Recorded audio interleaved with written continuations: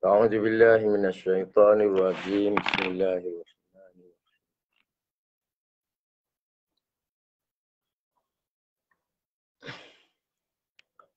بسم الله الشافي بسم الله الكافي بسم الله المعافي بسم الله الوافي بسم الله رب السماوات والأرض بسم الله الذي لا يضر مع اسمه شيء في الأرض ولا في السماء وهو السميع العليم.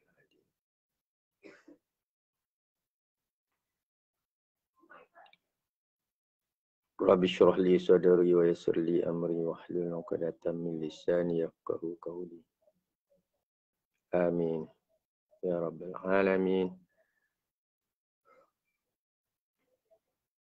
Assalamualaikum warahmatullahi ta'ala wabarakatuh. Mana sahabat yang ada? Saya tik saja, apa yang ada di sini tak tahulah.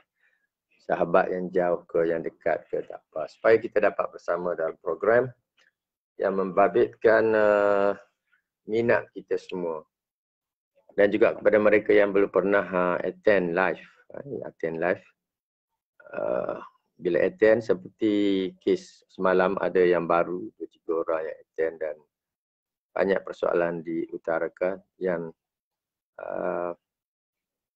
tidak begitu berkaitan dengan apa yang kita ingin utarakan tetapi relevan dengan homeopati.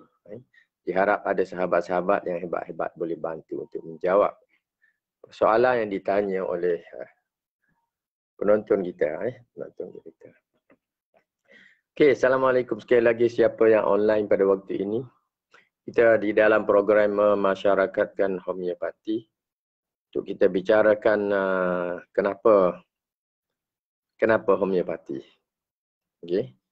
Kita sudah terangkan dalam siri 1 apakah sebenarnya itu homeopati. Orang keliru sebab apa? Ada artikel-artikel yang tidak menulis dengan tepat mengenai homeopati. Malah Wikipedia bebas pun membuat terjemahan langsung yang menyukarkan lagi orang memahami apa itu homeopati. Dan kita telah cuba menjelaskan sebaiknya, khususnya berpandukan kepada istilahnya, istilah asalnya dalam bahasa Jerman, istilah dalam bahasa Inggeris, maknanya kita telah jelaskan dalam siri 1.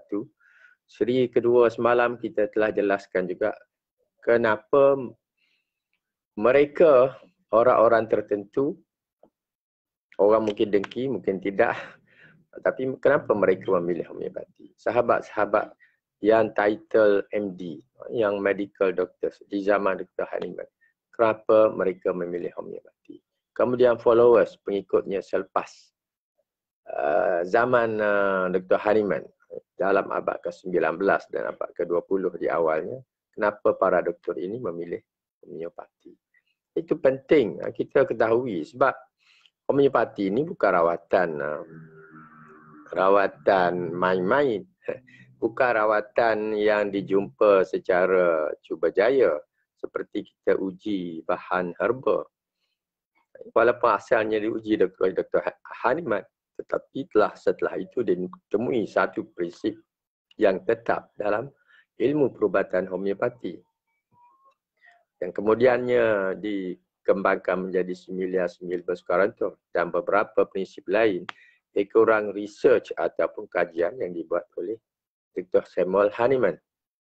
Dan itu ada banyak prinsip dalam homeopati yang mesti dipelajari apabila kita ingin mempelajari homeopati.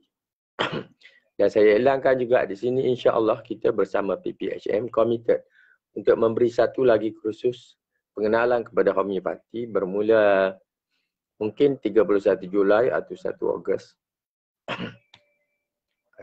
dengan PPHM melalui program Google Meet dan kita selangi dengan live 5 kali Google Meet, 4 kali live insya-Allah kita ikhtiarkan juga. Dan kepada mereka yang ingin bertemu dengan penulis dan fasilitator sendiri boleh juga mengikuti program di Movenpick. Program di Movenpick bersama saya. Kalau PPHM bersama ke atau tidak bersama, kita boleh bertemu lah. Kalau siapa yang berminat kita boleh bertemu. Tetapi untuk bertemu di Movenpick mestilah ada sekurang-kurangnya 10 orang. Baru kita dapat tempah satu bilik. khusus untuk kita sembang mengenai homeopati secara serius.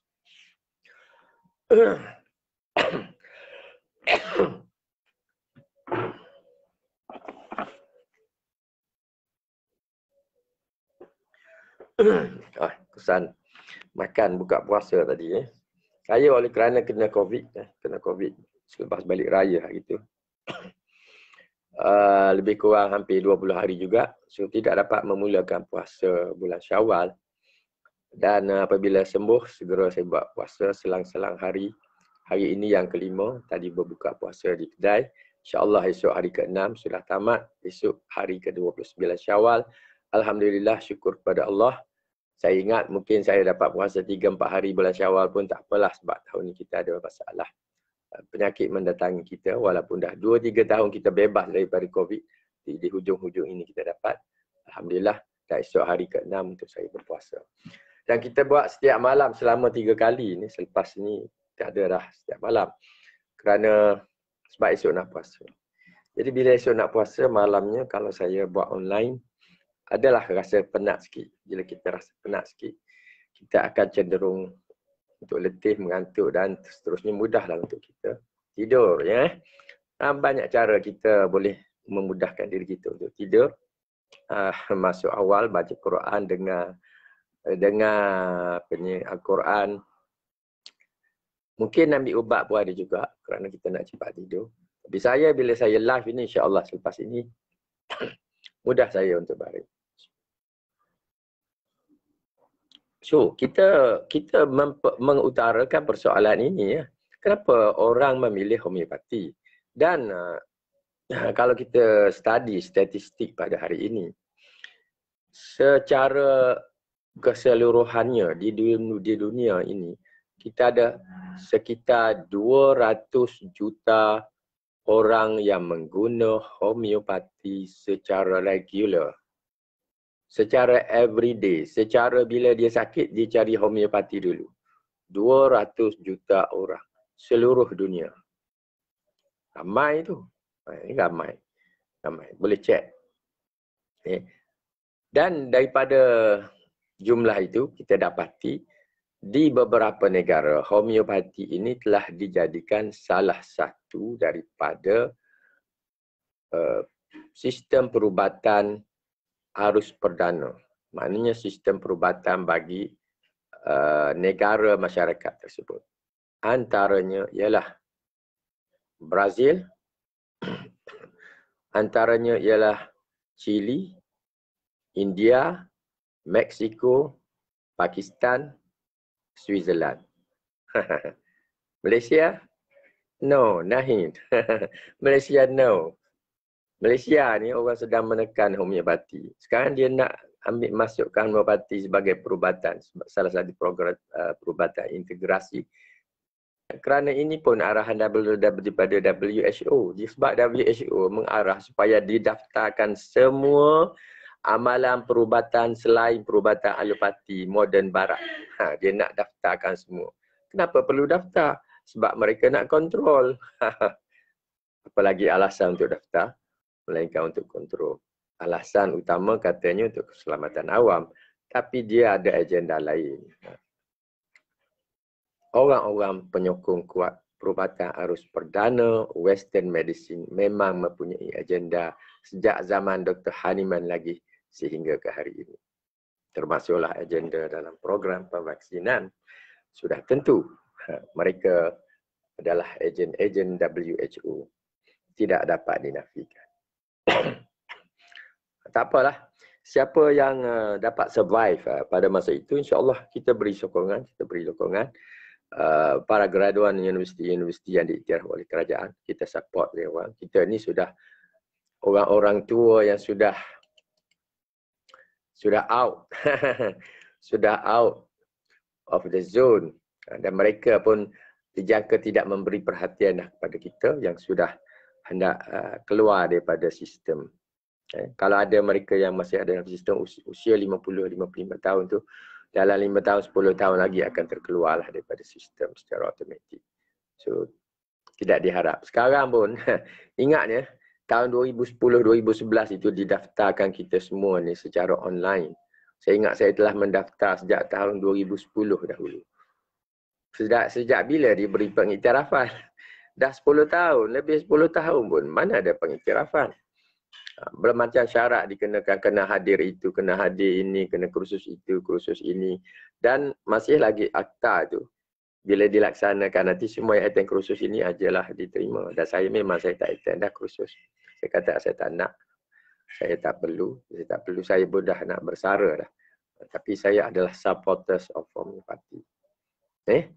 Begitu caranya mudah sebab dia hendak secara beransur-ansur mengeluarkan mereka yang lulus dengan kaedah belajar daripada persatuan, kaedah belajar daripada klinik homeopati, belajar daripada persatuan-persatuan yang pelbagai, business centers. Dia nak keluarkan orang-orang ini semua sebab nanti hanya graduan universiti yang diiktiraf oleh mereka sahaja yang pengalaman mereka seciput berbanding dengan orang-orang sezaman dengan saya lah. Yang lebih awal ke, yang lebih kemudian sedikit ke. Sebenarnya orang di zaman kita ni ramai yang hebat-hebat. Ramai yang hebat-hebat. Cuma dia tidak, ada yang menonjol dalam persatuan. Tetapi di serata masyarakat tidak begitu dikenali. Kenapa saya kata tidak begitu dikenali? Sebab di Malaysia ini pengguna homeopati tak sampai 1 juta orang pun. Ada statistik tak bahawa pengguna di Malaysia ini ada seramai 1 juta? Tak ada. Kalau pengamal dia sekitar 1,000 atau 2,000 orang, saya jangka pengguna homeopati mungkin paling-paling pun 2,000 atau 3,000 orang sahaja. Itu saja. Mungkin kalau campur dengan perubatan herba, perubatan acupuncture dan lain-lain, mungkin dah boleh sampai pada hampir 1 juta lah mungkin lah. Tapi sendirian, homeopati sahaja penggunanya di Malaysia tidak ramai. Supporters tidak ramai. Keyakinan masyarakat kepada homeopati tidak begitu kukuh, tidak begitu kuat. Seperti orang yang benar-benar telah melihat kesan-kesan homeopati kepada dirinya, kepada keluarganya, kepada rakan-rakan dan masyarakat sekitar. Post-Covid, ada lagi post-Covid. Minum air suam, bagus. Air suam bagus untuk post-Covid. Saya tempah juga air halia untuk post-Covid. Bagus. Itu adalah ubat yang bagus. Okay, sekarang saya nak bawa cerita sekali lagi. Sambung pada apa yang kita ceritakan semalam. Orang dia begitu kasih kepada homeopati. Dia memperjuangkan homeopati. Dia menyumbangkan khidmat bakti dia untuk menyembuhkan orang-orang sakit. Dia menjadi doktor dan juga dia menulis buku-buku yang hebat. Dia menulis material medika, dia menulis repertory, dia menulis berkaitan homeopati apa saja sebab kasihnya. Sebab mereka sudah melihat keajaiban, kehebatan, keberkesanan homeopati. Semalam kita cerita beberapa tokoh yang masuk homeopati. Dia ada medical degree tetapi dia boleh menerima homeopati kerana dia sudah melihat kesan dia. Tapi bukti-bukti seperti ini bukan hendak dilihat pun oleh perubatan arus perdana. Dia buang dalam balkon sampah saja. You are not evidence-based medicine. Ubat yang you guna tidak ada bahan pun. Ada di situ hanya gula sahaja, ada di situ hanya cecair alkohol sahaja, tak ada ubat pun. Jadi mana boleh ada kesan? Itu yang selalu dibangkitkan. Sebab itu kita tidak boleh masuk ke dalam hospital untuk membantu merawat pesakit COVID-19. Bukan COVID-19 saja, apa-apa penyakit jenis akut pun kita tidak dibenarkan. Ada dalam akta yang akan dibentangkan di parlimen. Ada, tahu lah. Cuba study akta tu. Jangan pergi dengar saja, study. Okey, saya nak cerita seterusnya keluarga di Raja Britain. Sahabat semua ingat keluarga di Raja Britain. Waalaikumsalam, sahabat yang baru masuk. Anda ingat keluarga di Raja Britain ke keluarga di Raja di mana-mana saja senang ke nak terima homeopati? Boleh ke dia tak nak terima senang saja? Kata, oh homeopati ni boleh menyembuhkan sekian-sekian. Boleh dia terima? Tak mudah. Orang biasa tak mudah, apa lagi orang istana. Orang istana ni, bila dia percaya, dia mesti ada satu asas yang kukuh.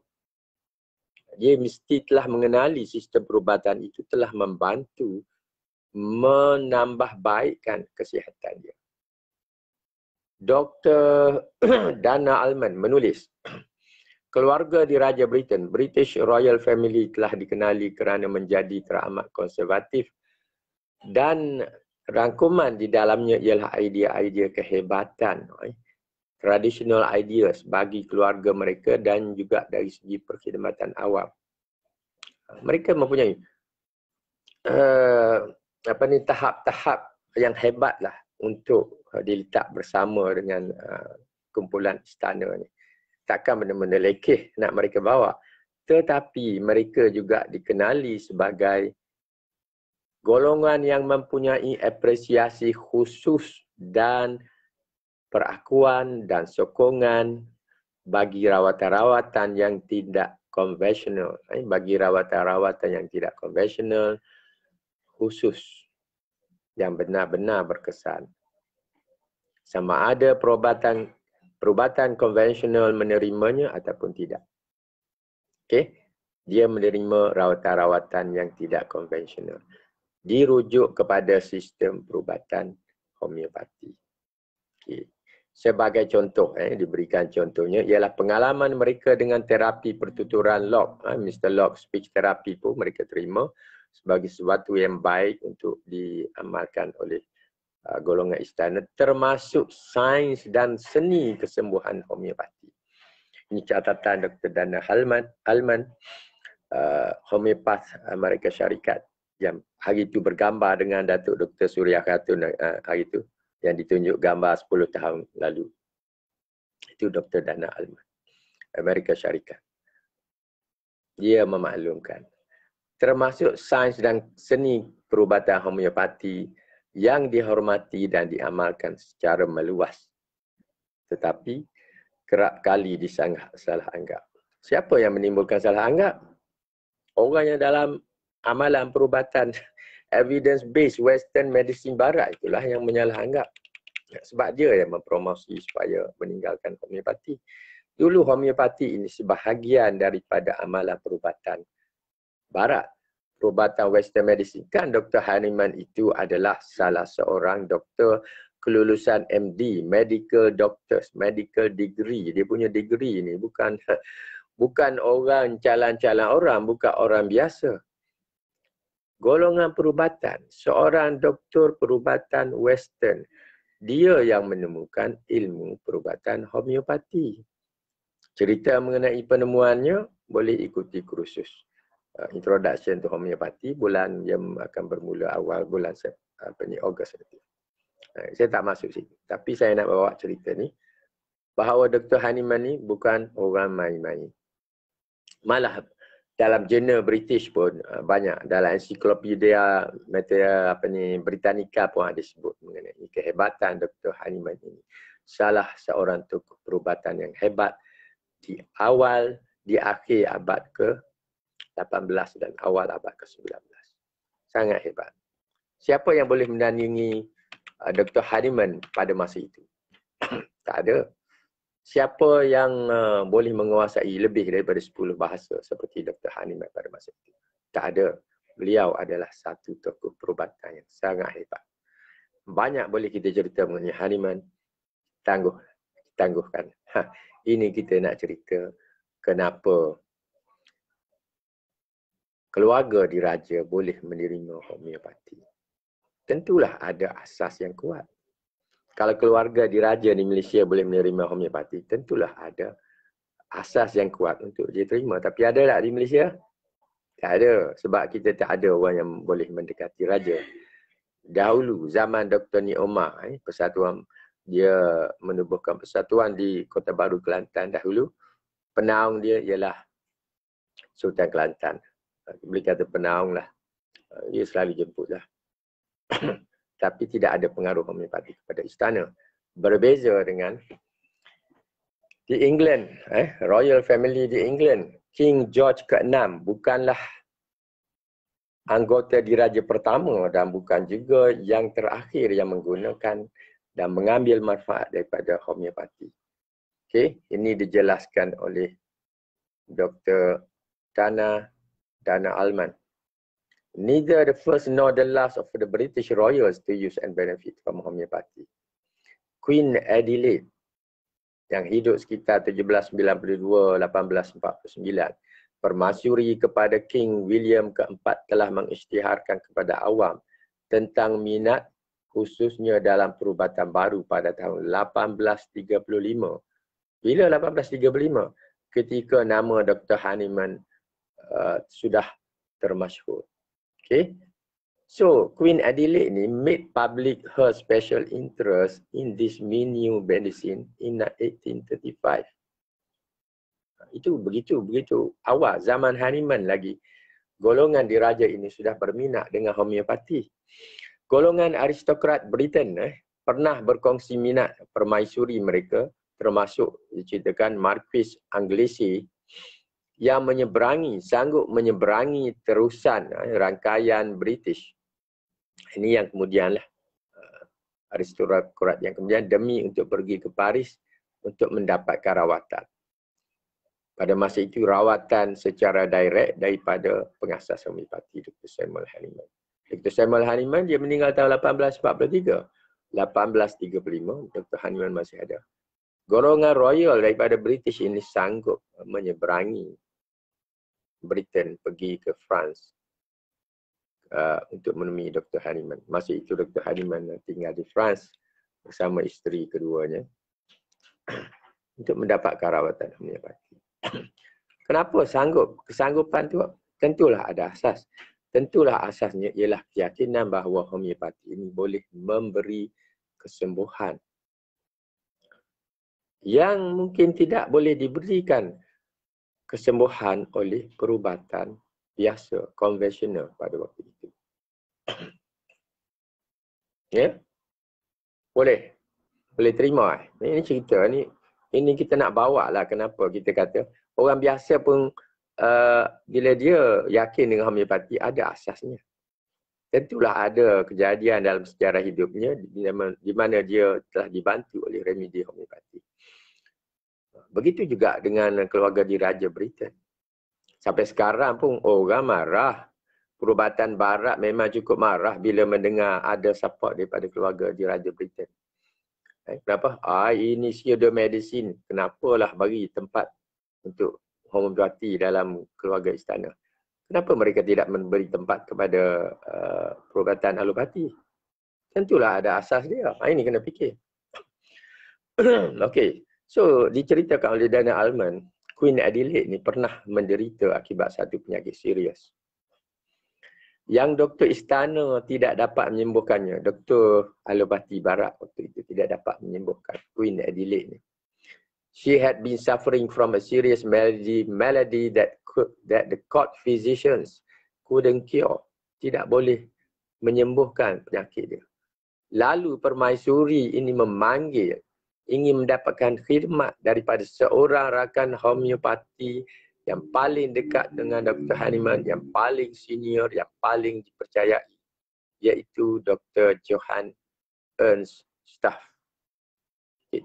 Dr. Johann Ernst Staff yang hidup sekitar tahun 1788, dia lahir lewat sedikit pada Dr. Hahnemann, meninggal tahun 1890. Dr. Staff ini telah berjaya menyembuhkan permaisuri, lantas melahirkan sekumpulan penyokong homeopati pertama di kalangan keluarga diraja Britain. Penyokong homeopati pertama merujukkan satu kumpulan penyokong yang hebat. Cuba lihat buku ni. Buku ni saya beli online. Beli online, anak saya tolong tepah, datang daripada India direct sebab tak ada di Malaysia. Pioneers of Homeopathy. Kita cari ada tak Dr. Staff di sini? Doktor apa kita sebut? Dr. Johann Ernst Staff. Okay, Dr. Johann Ernst Staff.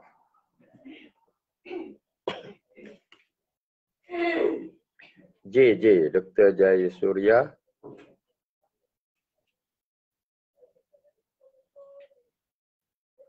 Staff.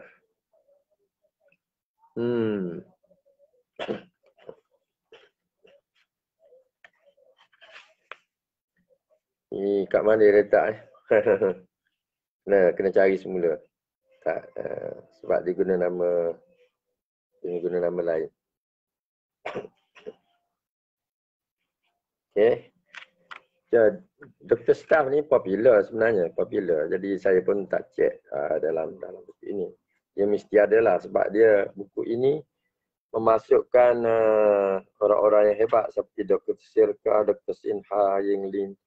Tapi kebanyakannya sebahagiannya orang besar, Dr. Herring ada, Dr. Ken ada, nak tahu cerita mengenai tokoh-tokoh homeopati yang hebat tentang sejarah mereka menjadi pejuang homeopati. Ini buku dia, Pioneers of Homeopathy. Dia telah diterbitkan oleh Bijen Publishers, tapi tidak ada di Malaysia. Saya cari di Malaysia tak ada. Dah tanya dah berbagai tempat tak ada, so saya tempah buku ini secara langsung daripada India melalui Shopee ke Lazada ke, saya tak pasti. Anak saya tolong dapatkan. Harganya lebih kurang RM100 lah, lebih kurang. Dan sampai ke sini. Ada cerita yang menarik mengenai tokoh-tokoh yang memperjuangkan homeopati. Okey, sahabat kita pun masuk dalam ni. Terima kasih.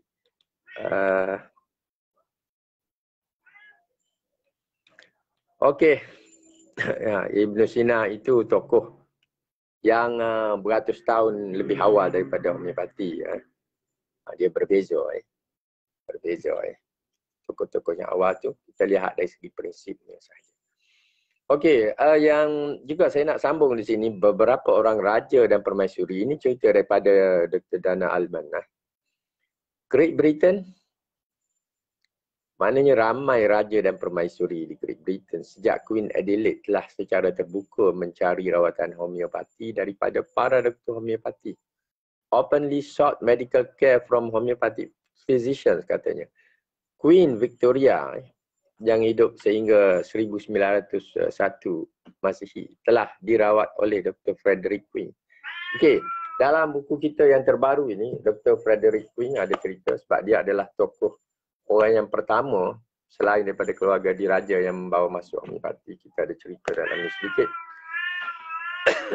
So, Queen Victoria ini pun dirawat oleh Dr. Frederick Queen. Dan Frederick Queen juga telah dilantik sebagai doktor peribadi di Raja British. Dia adalah doktor peribadi kepada Prince Leopold daripada Belgium yang juga merupakan datuk saudara Prince Albert, paduka raja yang disayangi oleh Queen Victoria. Okey, cerita tentang Prince Albert ni ada satu filem masyhur dahulu yang disebut Young Victoria, telah membuat secara kesejarahannya kisah cinta mereka. Ada dulu. Itu dalam cerita lah. Princess Mary yang kemudian menjadi Queen Mary tahun 1865 sehingga 1953 merupakan permaisuri pada King George ke-5, pernah mengetuai usaha pemungutan sumbangan dana untuk memindah dan mengembangkan The London Homeopathic Hospital. Dulu kita ada hospital homeopati di London dan ia dibantu juga untuk perkembangannya oleh keluarga diraja. Okey, kita lihat kepada dari segi usaha dan inisiatif yang begitu hebat daripada keluarga diraja. Takkanlah kita nak menyokong seperti menyokong Tok Bomoh dah. Takkan keluarga diraja ni nak sokong kerana homeopati ni dia banyak bawa cerita banyak karut-marut yang boleh mungkin menyembuhkan. Tak ada. Dia keluarga diraja Britain ni sudah melihat kesan-kesan yang dibawa oleh homeopati, penyakit-penyakit seperti yang kita cerita tadi, siapa yang telah mencari rawatan homeopati yang tidak dapat disembuhkan perubatan alopati dan berjaya sembuh apabila guna ubat-ubat homeopati.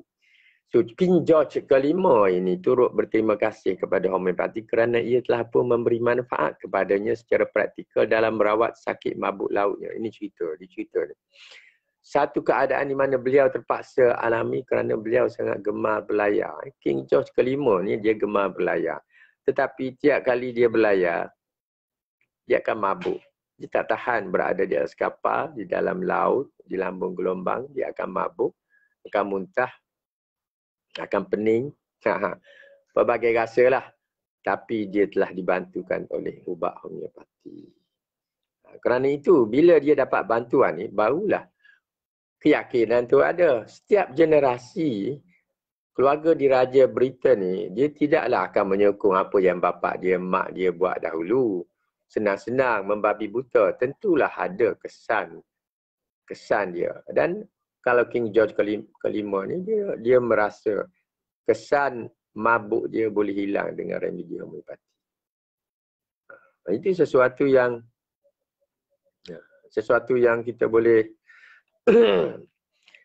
jadikan suatu bahan bukti, suatu kenyataan yang tidak kenyataan kosong, terbukti.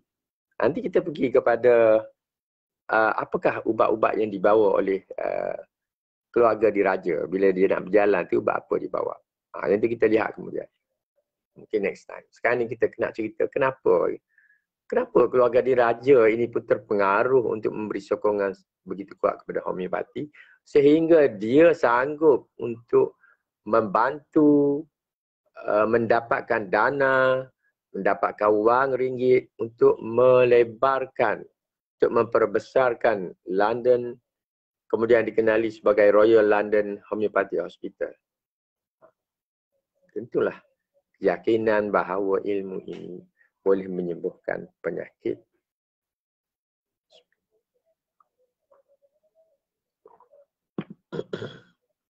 Okey, ni saya nak sambung apa yang kita cerita mengenai King George tadi. Nak tahu apa remedi yang dia guna? Dapat sembuhkan sakit pening mabuk dia tu. Okey, sekarang kita lihat. Remedi apa yang diguna? King George kelima ni telah dikenali ramai sebagai orang yang telah berjaya dirawat keadaan mabuknya bila dia berlayar dengan ubat homeopati. Ubat apa yang telah digunakan untuk merawat King George kelima? Ubat itu namanya Tabacum. Pernah dengar Tabacum? Tabacum ni salah satu remedi homeopati yang diperbuat daripada bahan tembakau. Tobacco. Tabacum. Ini daripada bahan tembakau. Satu dos homeopati yang bersumberkan tembakau yang dipreskripsi oleh doktor homeopatinya. Siapa doktor homeopati King George kelima ni? Sir John Way. Okay? Semalam kita dah bawa cerita Sir John Way. Apa kenyataan yang dikeluarkan oleh Sir John Way. Semalam kita dah cerita. Kena lihat siri kedua semalam yang saya bawa semalam. Siapa yang belum lihat, lihat keseluruhannya, kandungan bahannya.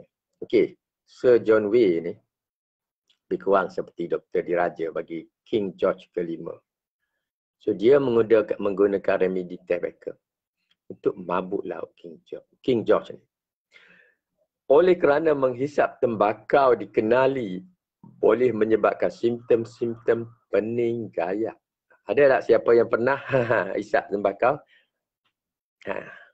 Saya muda-muda dulu pernah lah. Muda-muda pernah dulu. Orang yang baru hisap, kalau orang tu orang baru tak pernah hisap, dia mungkin akan merasa pening, rasa gayat, rasa berpusing, rasa kelam, nampak berasap. Dan dia mungkin ada rasa loya juga. Ada orang akan rasa loya, nausea. Disebut dalam bahasa Inggeris nausea and dizziness. So didapati bahawa beberapa dos ubat homeopati yang dikenali sebagai Tabacum ini telah membantu untuk melegakan simptom-simptom yang lazim dialami oleh orang tertentu semasa orang tersebut mabuk laut. So inilah yang berlaku. So King George kelima ni dibantu oleh Tabacum. Siapa yang memberi preskripsi Tabacum? Dr. Sir John Way. Sir John Weir. Weir lah, W-E-I-R. Sir John Weir. Beliau mempreskripsi Tabacum dan sahabat diraja ini kembali sihat. Ya, itu hebat. So kita kena study juga Tabacum ni. Tabacum ni walaupun dalam kuliah pengenalan tidak pelajari, kita boleh melanjutkan pelajaran ilmu dia, belajar apa itu TBK. Okey. Kita ada belajar tak mengenai remedi untuk mabuk laut, mabuk kenderaan? Saya percaya sahabat yang mengikuti kuliah kita pernah mengikuti. Malah peringkat pengenalan lagi kita sudah memperkenalkan satu remedi untuk keadaan mabuk laut. Tapi di sini satu remedi yang berbeza. Dia berasaskan personality King George ke-5 dan didapati Ted Beckham sesuai. Mungkin Ted Beckham boleh diguna. Mungkin. Okey, seterusnya kita sambung. Last kali kita sambunglah mengenai isu ni. Di waktu-waktu mutakhir ini, satu studi, satu kajian telah dikeluarkan oleh satu jurnal perubatan yang diterbitkan oleh American Medical Association, Kesatuan Perubatan Amerika. Yang dalam kajian tersebut, mereka mendapati bahawa calculus compositum. Calculus compositum. Kita belajar calculus juga. Calculus apa? Lainlah. Di sini disebut calculus compositum, iaitu remedi yang komposit yang disebut vertigo hill. Satu rumusan dan formula ubat-ubat homeopati, maknanya satu remedi yang dia combine, dijadikan kombinasi, telah didapati sama efektif sebagaimana dadah konvensional untuk merawat pening gayak, untuk merawat dizziness. Istilah yang saya gunakan bagi dizziness, pening gayak, salah satu itu adalah makna dizziness. Tapi untuk perkukuhkan perasaan pening gayak tu, kita guna istilah pening gayak. Okey. Dikatakan calculus dalam mixture dengan beberapa remedi lain juga. Malah sebenarnya calculus boleh berdiri sendiri. Didapati seefektif dadah konvensional untuk merawat pening gayak, dizziness. Bahkan adalah lebih selamat. Okey, siapa yang kata lebih selamat ni? American Medical Association. Maknanya perubatan arus perdana. Dia memperakui ubat homeopati yang bernama calculus. Okey, apa khabar? Gambar Ranger baru masuk. Okey. Okey, long COVID ni. Kajian ini menunjukkan bahawa rawatan homeopati telah menunjukkan bahawa kegunaannya sangat relevan secara klinikal dalam menurunkan secara puratanya kekerapan serangan vertigo, panjang masa serangan vertigo dan keterukan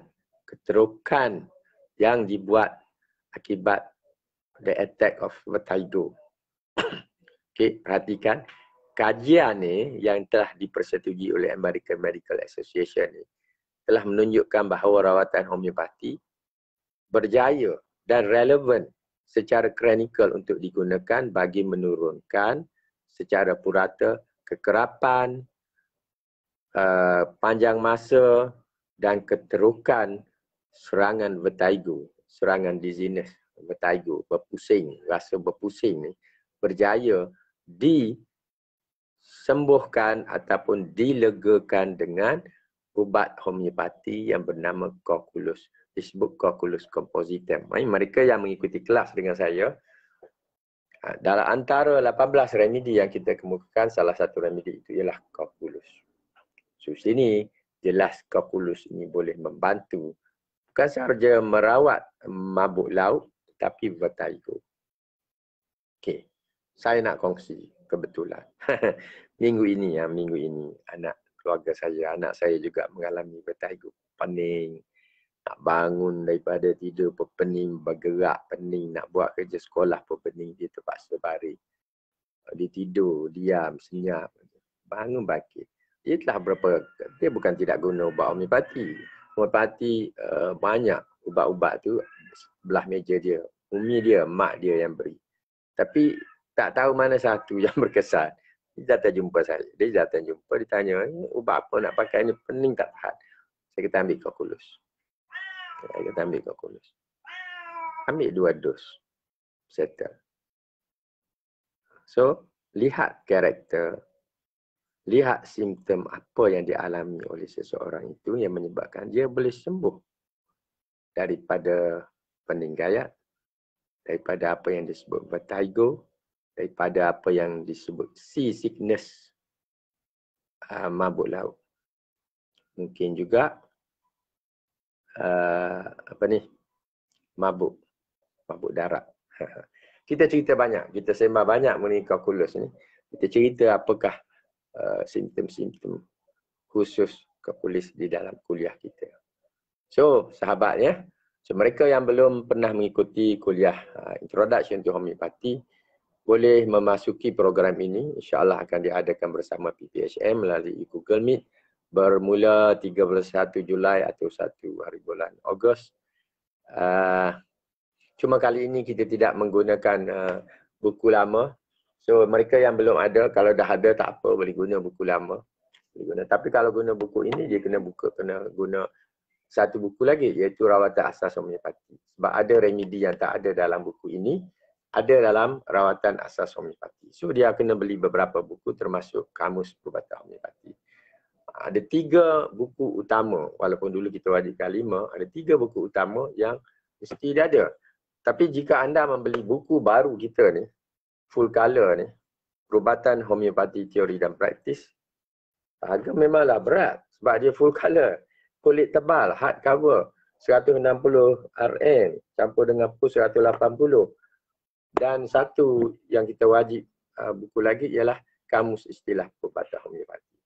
Tetapi seperti yang saya masukkan dalam posting hari ini, siapa yang beli buku ini pada waktu ini, sehingga 2 bulan lagi, kita akan kirim bersama dengan Kamus Istilah Perubatan Homeopati. Maknanya siapa yang membeli, dia perlu bayar buku ini saja, kita hadiahkan satu dengan harga 180 termasuk pos. Okey, siapa yang beli pada waktu ini dalam tempoh 2 bulan ini sahaja, dan sekiranya anda sudah ada Kamus Istilah Perubatan Homeopati, mungkin sebab sudah belajar dengan kita dahulu, boleh minta ganti dengan buku pengantar falsafah perubatan homeopati, iaitu yang kita terbitkan kerana ia tulisan asalnya telah ditulis oleh Dr. Burhanuddin Al-Hilmi, dan kita cuma beri intro sedikit, sinopsis sedikit, dan kita terbitkan. Boleh ganti dengan yang itu bagi mereka yang sudah ada buku kamus, insya-Allah. So itu saja, insya-Allah. Terima kasih kerana bersama kita pada malam ini. Selepas 3 malam ni, esok kita rehatlah. Kalau ada kita online, mungkin isu lain mengenai memasyarakatkan homeopati, untuk kita kenal homeopati lebih baik, secara lebih baik ini, kita insya-Allah akan sambung pada minggu hadapan lah. Mungkin hari Jumaat, minggu hadapan ke malam Jumaat ke, lihat keadaan. Saya buat malam ini seperti yang dimaklumi awal tadi, kerana besok saya nak berpuasa. Selepas saya lama bersama anda ni, ada rasa kepenatan sikit, memudahkan saya untuk tidur. InsyaAllah, mudah-mudahan esok menjadi puasa ke-6 saya, dan kita boleh sama-sama berhari raya pada tahun ini. Saya jangka hari itu saya tak sempat komplit 6 hari puasa sebab baru sembuh COVID. So alhamdulillah, diberi kesihatan untuk saya pun bersama dengan rakan-rakan yang telah lama menamatkan 6 hari puasa. So assalamualaikum warahmatullahi taala wabarakatuh. Jumpa anda lagi insya-Allah.